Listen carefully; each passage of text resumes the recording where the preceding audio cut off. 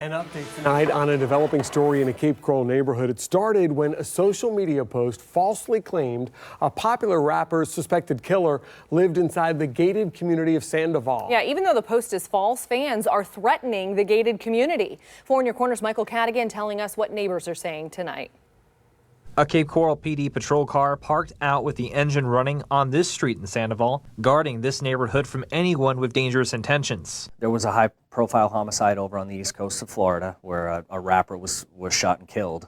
And somehow on social media, an address here in Cape Coral is being shared as the address for a possible suspect. Chris Kelly and his sons were coming home from a Little League practice last night, and his wife gave him a heads up they'll see a lot of flashing lights. Sleepy old Cape Coral, yeah, you don't expect something like that to happen. Other neighbors had trouble believing the social media post claiming a Cape Coral tie to the homicide on the East Coast. It just didn't add up for Johnny Espinoza. Somebody posted online that the killer lived here in my neighbor's house where a couple of 70-year-old people live. Corporal Phil Mullen from Cape Coral Police says whoever posted the address was wrong, but despite the incorrect info, it hasn't stopped people from making threats police are taking seriously. Now we have all sorts of people on the internet making threats of violence against this supposed suspect about an incorrect address in Cape Coral. Neighbors hope the lesson here is a simple one. You shouldn't believe everything you see online. Especially for young people, we shouldn't believe everything that they read online,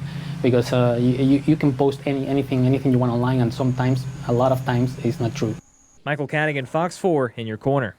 And people living in Sandoval and Cape Coral are going to have to wait a little bit longer before Cape Coral Police pulls its detail away. Officers say they will be in the area and the community there until the threats stop. In fact, the Cape Coral man was arrested inside Sandoval last night as officers investigated these social media claims. Officers say Jesse Gonzalez parked his car in the driveway of a home with a similar address to the one that was in the post and went to the door saying he ran out of gas and needed to use the phone.